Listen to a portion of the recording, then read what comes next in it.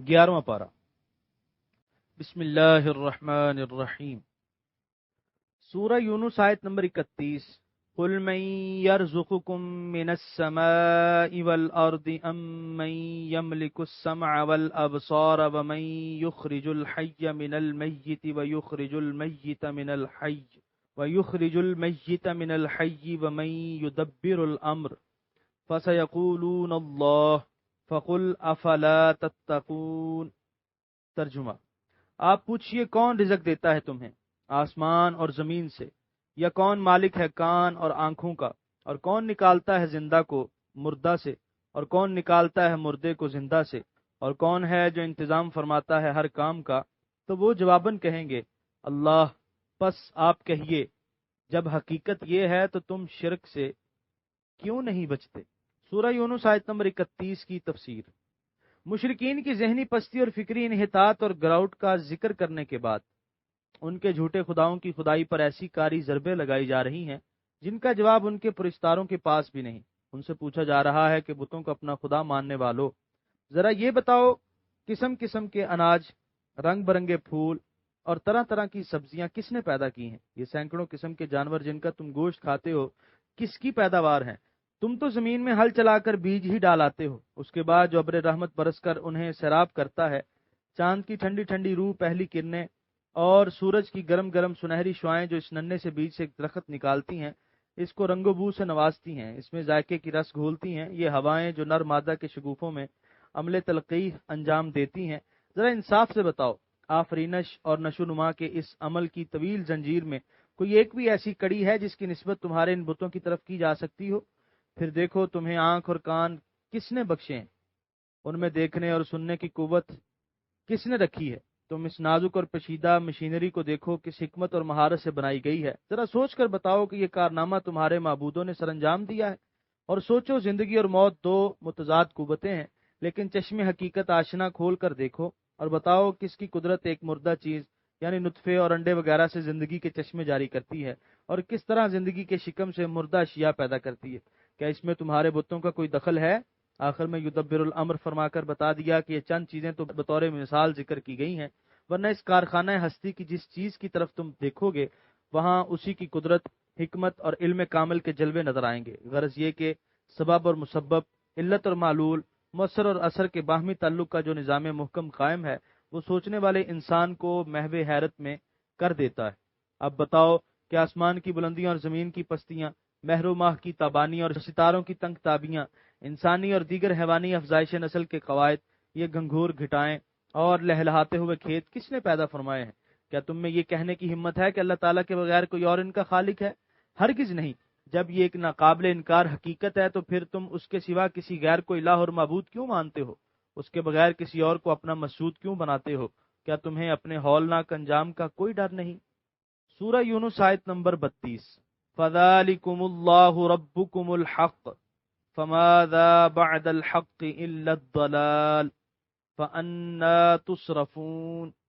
ترجمہ: یہ ہے اللہ تعالیٰ جو تمہارا حقیقی پروردگار ہے، پس حق کے بعد کیا ہے بجز گمراہی کے، پھر تمہیں حق سے کدھر موڑا جا رہا ہے؟ سورہ یونس آیت نمبر 32 کے پہلے حصے کی تفسیر۔ جو ذات ان صفات کمال سے متصف ہے، جو ان خوبیوں کی مالک ہے، وہی تو خدائے برحق ہے۔ اس کے علاوہ اگر کسی کو اپنا خدا اور معبود بناؤ گے تو گمراہ ہو جاؤ گے۔ ذرا غور تو کرو کہاں ظن و تخمین کے ریگزاروں اور وہم گمانوں کے ویرانوں میں مارے مارے پھر رہے ہو۔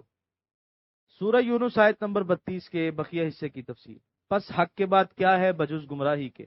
اس آیت کے ضمن میں علماء کرام نے شطرنج وغیرہ کے بارے میں تحریر کیا ہے، اور ابو بکر ابن عربی الاندلسی رحمۃ اللہ علیہ نے اپنی تفسیر احکام القرآن میں غنا کے متعلق بڑی محققانہ بحث کی ہے۔ انہی کی عبارت نقل کر کے اس کا ترجمہ ہدیہ ناظرین ہے۔ ترجمہ: اکثر علماء کے نزدیک، جن میں حضرت امام مالک رحمۃ اللہ علیہ بھی ہیں، غنا ایک ایسا لہو ہے جو دلوں میں ہیجان پیدا کرتا ہے، اور قرآن و سنت میں اس کی حرمت پر کوئی دلیل نہیں، بلکہ صحیح حدیث سے اس کا مباح ہونا ثابت ہوتا ہے کہ حضرت ابو بکر صدیق رضی اللہ تعالیٰ عنہ ایک روز حضرت عائشہ کے ہاں تشریف لے گئے۔ ان کے پاس انصار کی دو لڑکیاں وہ اشعار گا رہی تھیں جو انصار نے جنگ بیاس کے بارے میں کہے تھے۔ حضرت صدیق نے غصے سے فرمایا، حضور نبی کریم صلی اللہ علیہ وسلم کا کاشانہ اقدس اور اس میں شیطان کے آلات۔ حضور علیہ الصلوۃ والسلام نے یہ سنا تو فرمایا، اے ابو بکر انہیں گانے دو، کیونکہ آج عید کا دن ہے، اگر غنا حرام ہوتا تو اس کا گزر حضور کے گھر کیوں ہوتا؟ حضرت ابوبکر رضی اللہ تعالیٰ نے تو اس سے بند کرنا چاہا، لیکن نبی کریم صلی اللہ علیہ وسلم نے رخصت دی اور لوگوں سے نرمی فرمائی تاکہ وہ اس سے اپنے دلوں کو بہلا سکیں، کیونکہ ہر شخص ہر وقت ایسے زہد اور ایسی پابندی کا متحمل نہیں ہو سکتا۔ حضور کے اس ارشاد سے کہ آج عید کا دن ہے، انہیں گانے سے نہ روکو، یہ ثابت ہوتا ہے کہ ہر وقت غنا سننا مکروہ ہے، بلکہ خاص خاص تقریبات مثلا عید، شادی، کسی مسافر کی واپسی وغیرہ مواقع پر اس کی رخصت ہے، اور غنا کی حرمت پر جو دلائل پیش کیے جاتے ہیں وہ سند کے اعتبار سے یا معنی کے اعتبار سے قابل التفات نہیں ہیں۔ سورہ یونس آیت نمبر 33، كذلك حقت كلمة ربك على الذين فسقوا انهم لا يؤمنون۔ ترجمہ: یوں ہی ثابت ہو چکی ہے آپ کے رب کی بات ان پر جو فسق و فجور کرتے ہیں کہ وہ ایمان نہیں لائیں گے۔ سورہ یونس آیت نمبر 33 کی تفسیر: تم سے پہلے جن کوتاہ اندیشوں اور بدنصیبوں نے حق کو چھوڑ کر باطل کا ساتھ دیا اور فرما برداری اور تقوی کی بجائے فسق و فجور کو اپنا شعار بنایا، ہم نے ان سے ہدایت قبول کرنے کی صلاحیت سلب کر لی اور ان کی آنکھوں کو نور حق دیکھنے کی قوت سے محروم کر دیا۔ کہیں ایسا نہ ہو کہ تمہاری ان مسلسل نافرمانیوں اور پیہم گستاخیوں کے باعث تم سے بھی حق کو سمجھنے اور اسے قبول کرنے کی استعداد چھین لی جائے اور تم باطل کے گھپ اندھیروں میں ہی ٹکرے مارتے مارتے دم توڑ دو۔ سورہ یونس آیت نمبر 34، قل هل من شركائكم من يبدأ الخلق ثم يعيده قل الله يبدأ الخلق ثم يعيده فأنا تؤفكون۔ ترجمہ: اے حبیب آپ پوچھئے کیا تمہارے معبودوں میں کوئی فرق ہے جو آغاز آفرینش بھی کرے پھر فنا کے بعد اسے لوٹا بھی دے؟ آپ ہی فرمائیے اللہ ہی آفرینش کی ابتدا بھی کرتا ہے اور فنا کے بعد اسے لوٹاتا بھی ہے، بس ہوش کرو تم کدھر پھرے جاتے ہو۔ سورہ یونس آیت نمبر 34 کی تفسیر: بتوں اور باطل خداؤں کے پجاریوں سے ایک اور سوال پوچھا جا رہا ہے کہ یہ بتاؤ اس عالم ہست و بوت کو پیدا کس نے کیا اور قیامت کے روز کون انہیں دوبارہ زندہ کر کے میدان حشر میں لا کھڑا کرے گا؟ کیا تمہارے یہ معبود ان میں سے کسی بات پر قادر ہیں؟ کیا آسمان کا سائبان انہوں نے تانا ہے؟ چمکتے ہوئے دمکتے ہوئے ان گنت تارے انہوں نے اس بساط پر ٹانکے ہیں؟ یہ سب کچھ تو ان بتوں کے گھڑے جانے سے لاکھوں سال پہلے موجود تھا، پھر یہ ان کی پیداوار کیسے ہوئے؟ کیا پیدا کرنے والا پیدا کی جانے والی چیز سے خود بعد میں پیدا ہوتا ہے؟ کیا یہ زمین کا فرش انہوں نے بچھایا ہے؟ کیا اس پر فلک بوس پہاڑ انہوں نے کھڑے کیے ہیں؟ کیا پانی اور خشکی کی آفرینش میں ان کا کوئی حصہ ہے؟ ہرگز نہیں۔ تو پھر یہ بت کائنات کے خالق کیوں کر ہو گئے؟ تو جب اس مہیب اور پرعظمت جہان کو پیدا کرنے پر وہ قادر ہے تو اسے دوبارہ زندہ کرنے کی بھی وہ قدرت رکھتا ہے، اور تمہارے یہ معبود جن کو تم خدا مانتے ہو اور خدا مان کر ان کی پوجا کرتے ہو، یہ جب خلق و بیس دونوں میں سے کسی پر قادر نہیں، تو پھر خالق حقیقی اور خدائے برحق کے سوا کسی کو خدا کیوں مانا جائے اور اللہ تعالیٰ کے سوا کسی کی عبادت کیوں کی جائے؟ کیونکہ سوال قیامت کے بارے میں بھی ہو رہا ہے اور قیامت کے وہ قائل نہ تھے، اس لیے جواب دینے کے لیے اللہ تعالیٰ نے اپنے محبوب کریم صلی اللہ علیہ وسلم کو ارشاد فرمایا، قل اللہ۔ سورہ یونس آیت نمبر 35، قل هل من شركائكم من يهدي الى الحق قل الله يهدي للحق افمن يهدي الى الحق احق ان يتبع امن لا يهدي الا ان يهدى فما لكم كيف تحكمون۔ ترجمہ: آپ پوچھئے کیا تمہارے معبودوں میں سے کوئی حق کی طرف رہنمائی کر سکتا ہے؟ خود ہی جواباً فرمائیے اللہ ہی حق کی طرف رہنمائی فرماتا ہے، تو کیا جو راہ دکھائے حق کی وہ زیادہ مستحق ہے کہ اس کی پیروی کی جائے، یا وہ جو خود ہی راہ نہ پائے مگر یہ کہ اس کی رہنمائی کی جائے؟ اے مشرکین تمہیں کیا ہو گیا، تم کیسے غلط فیصلے کرتے ہو؟ سورہ یونس آیت نمبر 35 کی تفسیر: چلو یہ تو تم نے بھی مان لیا کہ تمہارے ان معبودوں کا تخلیق کائنات اور احوال کائنات میں کوئی عمل دخل نہیں، بھلا یہ بتاؤ کہ کیا ان کے پاس کوئی پیغام ہدایت ہے جس کی روشنی تمہاری زندگی کی شاہراہ کو جگمگا دے اور تم ٹھوکریں کھانے سے بچ جاؤ؟ کیا ان کے پاس کوئی ایسا منشور ہے جو تمہاری انفرادی اور اجتماعی ترقی کا ضامن ہو؟ کیا ان کے پاس کوئی ایسا ضابطہ اخلاق ہے جو تمہارے اعمال میں اخلاص اور نکھار پیدا کر دے اور تمہاری تمدنی اور معاشرتی سرگرمیوں کو عدل و انصاف کا آئینہ دار بنا دے؟ جب اس معاملے میں بھی وہ صفر ہیں تو پھر ان کو خدا سمجھنا اور ان کی عبادت کرنا کتنی بڑی حماقت ہے۔ خدا کی ذات تو وہ ہے جو رشت و ہدایت کا منبع ہے، ہدایت کا نور جس رنگ اور جس صورت میں کہیں جلوہ تراز ہے وہ اس کی عنایت ہے، وہی حق و صداقت کی طرف رہنمائی کرتا ہے، وہی حق و باطل میں تمیز کرنے والی فہم و دانش دیتا ہے، وہی اپنے جلیل القدر انبیاء مبعوث فرما کر دعوت حق دیتا ہے اور روشن معجزات سے حق کو واضح کرتا ہے، اور وہی حق کو قبول کرنے کی توفیق مرحمت فرماتا ہے اس لیے وہی سب کا خدا اور وہی سب کا معبود ہے، اس کے علاوہ اور کوئی چیز ایسی نہیں جسے خدا بنایا جا سکے۔ سورہ یونس آیت نمبر 36، وَمَا يَتَّبِعُ أَكْثَرُهُمْ إِلَّا ظَنًّا إِنَّ الظَّنَّ لَا يُغْنِي مِنَ الْحَقِّ شَيْئًا إِنَّ اللَّهَ عَلِيمٌ بِمَا يَفْعَلُونَ۔ ترجمہ، اور نہیں پیروی کرتے ان میں سے اکثر مگر محض وہم و گمان کی، بلا شبہ وہم و گمان بے نیاز نہیں کر سکتا حق سے ذرہ بھر، بے شک اللہ تعالیٰ خوب جانتا ہے جو وہ کرتے ہیں۔ سورہ یونس آیت نمبر 36 کے پہلے حصے کی تفسیر۔ لفظ زن عربی زبان میں مختلف معنی میں استعمال ہوتا ہے۔ صاحب تاج العروس نے لفظ زن کی تحقیق کرتے ہوئے لکھا ہے، یعنی بصائر لغت کی ایک معتبر کتاب میں ہے کہ قرآن کریم میں لفظ زن 4 معنوں میں استعمال ہوا ہے، اور وہ معانی یہ ہیں: یقین، شک، تہمت اور وہم و گمان۔ اس آیت میں زن کا لفظ اپنے آخری معنی یعنی وہم و گمان میں مستعمل ہوا ہے۔ امام زمخشری نے لکھا ہے، یعنی یہاں زن کا معنی وہم و گمان ہے۔ منکرین حدیث نے اس لفظ سے بڑا غلط فائدہ اٹھانے کی کوشش کی ہے۔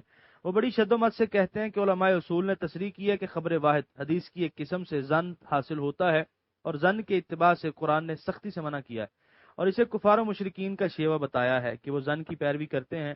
تو قرآن کی ان تصریحات سے صاف صاف معلوم ہوا کہ زن کا اتباع جائز نہیں، اور خبر واحد کیونکہ زن کا فائدہ دیتی ہے، اس لیے اس کا اتباع کرنا منشاء خداوندی کے خلاف ہے۔ اس لیے وہ احادیث جو خبر واحد ہیں، اور بیشتر وہ احادیث جن سے احکام مستنبط ہوتے ہیں، وہ خبر واحد ہیں، اس لیے وہ ساقط الاعتبار ہوں گی اور واجب العمل نہ ہوں گی۔ اس لیے جاننا چاہیے کہ علماء اصول نے زن کو ایک مخصوص معنی میں استعمال کیا ہے، اور قرآن نے جس زن کے اتباع سے روکا ہے وہ زن کا چوتھا معنی ہے۔ اس لیے ہم جس زن کی پیروی کرتے ہیں وہ اور ہے۔ ہر جگہ زن کا ایک معنی مراد لینا قرآن کریم کے ساتھ بے انصافی اور عربی لغت کے ساتھ ظلم عظیم ہے۔ اللہ تعالی ہمارے حال زار پر رحم فرماوے اور ایسی غلط فہمیوں سے بچائے جو شریعت کی بنیادوں کو متزلزل کرنے کا باعث ہوں۔ اس کی مزید تفصیل کے لیے احکر کی تالیف سنت خیر الانام علیہ الصلوۃ والسلام کے صفحہ 186 تا صفحہ 200 ملاحظہ ہوں۔ سورہ یونس آیت نمبر 36 کے بقیہ حصے کی تفصیل۔ بے شک اللہ تعالیٰ خوب جانتا ہے جو وہ کرتے ہیں۔ یہاں انہیں سرزنش کی جا رہی ہے کہ یہ مت سمجھو کہ تمہاری کارستانیوں کی کسی کو خبر نہیں، اور تم جو کچھ کرتے ہو اس پر کوئی محاسبہ نہ ہوگا۔ خوب کان کھول کر سن لو کہ تمہاری ہر حرکت پر علیم و خبیر خدا آگاہ ہے، اور وہ تمہیں تمہارے کرتوتوں کی پوری پوری سزا دے گا۔ سورہ یونس آیت نمبر 37، وَمَا كَانَ هَذَا الْقُرْآنُ أَن يُفْتَرَى مِن دُونِ اللَّهِ وَلَكِن تَصْدِيقَ الَّذِي بَيْنَ يَدَيْهِ وَتَفْصِيلَ الْكِتَابِ لَا رَيْبَ فِيهِ مِن رَّبِّ الْعَالَمِينَ۔ ترجمہ، اور نہیں ہے یہ قرآن کہ گھڑ لیا گیا ہو اللہ تعالیٰ کی وحی آئے بغیر، بلکہ یہ تو تصدیق کرنے والا ہے اس وحی کی جو اس سے پہلے نازل ہو چکی ہے، اور الکتاب کی تفصیل ہے، ذرا شک نہیں اس میں کہ یہ رب العالمین کی طرف سے اتری ہے۔ سورہ یونس آیت نمبر 37 کی تفسیر۔ عقیدہ توحید کے بعد جس چیز پر انہیں زیادہ اعتراض تھا وہ یہ تھی کہ قرآن مجید جو حضور نبی رحمت صلی اللہ علیہ وسلم انہیں پڑھ کر سناتے ہیں وہ کسی انسان کا کلام نہیں بلکہ اللہ تعالیٰ کا کلام ہے۔ وہ اس بات کو تسلیم کرنے کے لیے ہرگز تیار نہ تھے۔ یہ ان کے فہم و ادراک سے بالا تر تھی کہ اللہ تعالیٰ کی طرف سے کسی بندے پر کوئی کلام نازل ہوتا ہے۔ اس ہٹ دھرمی کے باوجود قرآن کریم کی فصاحت اور بلاغت سے انہیں انکار نہ تھا، بلکہ دل ہی دل میں وہ اس سے حد درجہ متاثر اور مرعوب تھے۔ قرآن کی اس حیرت انگیز تاثیر کی کیا وجہ ہے، اس کا ان کے پاس کوئی جواب نہ تھا۔ کبھی وہ اسے جادو کہتے، کبھی حضور پر الزام لگاتے کہ انہوں نے خود گھڑا ہے اور ناحق اس کی نسبت اللہ تعالیٰ کی طرف کر دی ہے تاکہ لوگ ان کے معتقد بن جائیں۔ کبھی کہتے کہ نہیں، خود تو نہیں گھڑا کیونکہ امی ہے، لیکن فلاں آدمی ان کو سکھاتا ہے۔ ایک مجرم کی طرح اپنے جرم پر پردہ ڈالنے کے لیے ہر قسم کی بہتان تراشیاں اور ہیلا سازیاں کرتے، لیکن قرآن کا دل تہلا دینے والا اسلوب انہیں کسی موقف پر جمنے نہ دیتا، اس لیے انہیں بار بار اپنا پینترا بدلنا پڑتا۔ یہاں بھی ان کے ایک الزام کا جواب دیا جا رہا ہے۔ وہ کہتے ہیں کہ اس کو انسان نے گھڑا ہے اور ناحق اس کی نسبت ذات خدابندی کی طرف کر دی ہے۔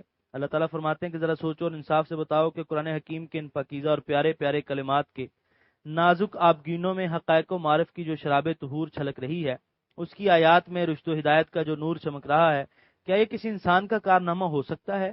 یہ کتاب تو پہلی آسمانی کتابوں کی تصدیق کرنے والی ہے اور ان علوم کا آئینہ ہے جو لوح محفوظ میں مرقوم ہے۔ کیا عقل اجازت دیتی ہے کہ ایسی کتاب کو افتراء و بہتان کہا جائے؟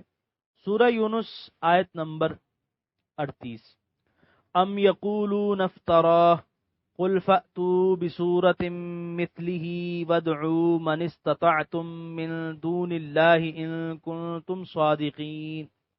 ترجمہ، کیا یہ کافر کہتے ہیں کہ اس نے خود گھڑ لیا ہے اسے؟ آپ فرمائیے پھر تم بھی لے آؤ ایک صورت اس جیسی، اور امداد کے لیے بلا لو جن کو تم بلا سکتے ہو اللہ تعالیٰ کے علاوہ، اگر تم اپنے الزام میں سچے ہو۔ سورہ یونس آیت نمبر 38 کی تفسیر۔ یہاں ان کو چیلنج دیا جا رہا ہے کہ اگر تمہارا یہ کہنا درست ہے کہ یہ کسی انسان کا کلام ہے اور ناحق اس کی نسبت خداوند تعالیٰ کی طرف کر دی گئی ہے، تم بھی بڑے زبان آور، نقص بیان، قادر الکلام شعراء اور خطبہ ہو، اس قسم کی ایک صورت تو بنا کر پیش کرو، اور اگر تم اکیلے ایک صورت نہیں بنا سکتے تو لوازن عام ہے، جس کو چاہو بلا لو، سر جوڑ کر بیٹھو، پورے غور و فکر اور باہمی اصلاح و مشورے سے ایک ہی صورت اس جیسی بنا دو۔ لیکن انہیں سام سونگ گیا اور انہیں ہمت نہ ہوئی کہ کوئی جواب دے سکے۔ قرآن کریم کا یہ چیلنج آج بھی موجود ہے، اور دشمنان اسلام کو للکار کر کہہ رہا ہے کہ اگر یہ ایک کلام الہی نہیں بلکہ کسی انسان کا کلام ہے تو تم اس کے مقابلے میں زیادہ نہیں تو ایک صورت ہی پیش کرو۔ سورہ یونس آیت نمبر 39۔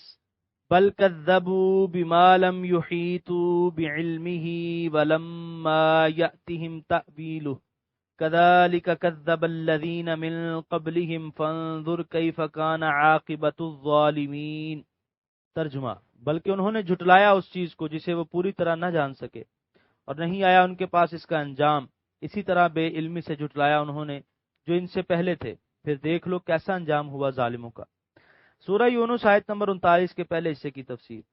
یعنی قرآن کریم کے متعلق ان کا یہ معاندانہ رویہ اور اس کو کلام الہی ماننے سے انکار کسی تحقیق و تفحص اور غور و فکر کا نتیجہ نہیں کہ انہوں نے قرآن کریم کو پڑھا ہو، اس میں غور و فکر کیا ہو، اس کو عقل سلیم کے میزان میں تولا ہو، اور پھر وہ اس نتیجے پر پہنچے ہوں کہ اس میں فلاں فلاں عیوب اور خامیاں موجود ہیں، اس لیے یہ کلام الہی نہیں ہو سکتا۔ بلکہ ان کے انکار کی وجہ یہ ہے کہ انہوں نے قرآن معرف پر آگاہی ہی حاصل نہیں کی، انہوں نے علم و دانش کے اس بحر بیکرا میں غواصی ہی نہیں کی، اور اس میں غور و فکر کرنے کی زحمت ہی نہیں اٹھائی۔ اگر وہ اس میں غور و فکر کرتے اور اگر وہ قرآن کے آئینے میں منعکس ہونے والے حسن حقیقی کا ایک ہی جلوہ دیکھ لیتے تو ہزار جان سے اس پر قربان ہو جاتے۔ سورہ یونس آیت نمبر 39 کے دوسرے حصے کی تفسیر۔ اور نہیں آیا ان کے پاس اس کا انجام۔ اس انکار کی دوسری وجہ یہ ہے کہ قرآن نے نیکیوں کے لیے جس اجر و ثواب کا وعدہ کیا اور نافرمانوں کو جس عذاب علیم کی دھمکی دی اور مستقبل میں وقوع پذیر ہونے والے جن واقعات کی خبر دی ہے وہ ابھی تک پردہ غیب میں مستور ہیں، ابھی ان کا وقوع نہیں ہوا، اور وہ ان وعدوں، وعیدوں اور پیش گوئیوں کو خالی دھمکیاں ہی تصور کر رہے ہیں۔ یہ نہیں سمجھتے کہ اللہ تعالیٰ نے ہر چیز کے ظہور کے لیے ایک وقت مقرر کیا ہوا ہے، اس سے پہلے انہیں سوچنے اور حق کو قبول کرنے کی مہلت دی گئی ہے۔ عقل مندی کا تقاضا تو یہ ہے کہ وہ اسے تذبذب میں ضائع نہ کریں بلکہ اپنی اصلاح کی طرف متوجہ ہوں۔ جب فیصلہ کن عذاب کی گھڑی آ پہنچے گی تو اس وقت ان کا آہو فگاں کرنا بے سود ہوگا۔ سورہ یونس آیت نمبر 39 کے بقیہ حصے کی تفسیر۔ پھر دیکھ لو کیسا انجام ہوا ظالموں کا۔ یعنی فرصت کے ان لمحوں کو پہلی قوموں نے بھی ضائع کر دیا، انہوں نے بھی اپنے انبیاء کی دعوت کو قبول نہ کیا، ان کے روشن معجزات کو دیکھا اور دیکھ کر آنکھیں بند کر لیں، وہ نادانی سے تباہ کن عذاب کے نزول کو ہی نبی کی صداقت کی کسوٹی سمجھتے رہے اور فرصت کے لمحوں کو برباد کر دیا، اور جب وہ عذاب آیا اور اس نے انہیں پیس کر رکھ دیا، اس وقت ان کا اشک ندامت بہانا اور فریاد کرنا ان کے کسی کام نہ آ سکا۔ اے مشرکین عرب، تم بھی نزول عذاب سے پہلے توبہ کر لو اور میرے محبوب کے دامن رحمت کو تھام لو، ورنہ تمہارا بھی وہی عبرتناک انجام ہوگا جو پہلی نادان قوموں کا ہوا۔ سورہ یونس آیت نمبر 40۔ وَمِنْهُمْ مَنْ يُؤْمِنُ بِهِ وَمِنْهُمْ مَنْ لَا يُؤْمِنُ بِهِ وَرَبُّكَ أَعْلَمُ بِالْمُفْسِدِينَ۔ ترجمہ، اور ان میں سے کچھ ایمان لائیں گے اس پر اور ان میں سے کچھ ایمان نہیں لائیں گے اس پر، اور آپ کا رب خوب جانتا ہے مفسدوں کو۔ یہاں پر 11ویں پارے کا 9واں رکوع مکمل ہوا۔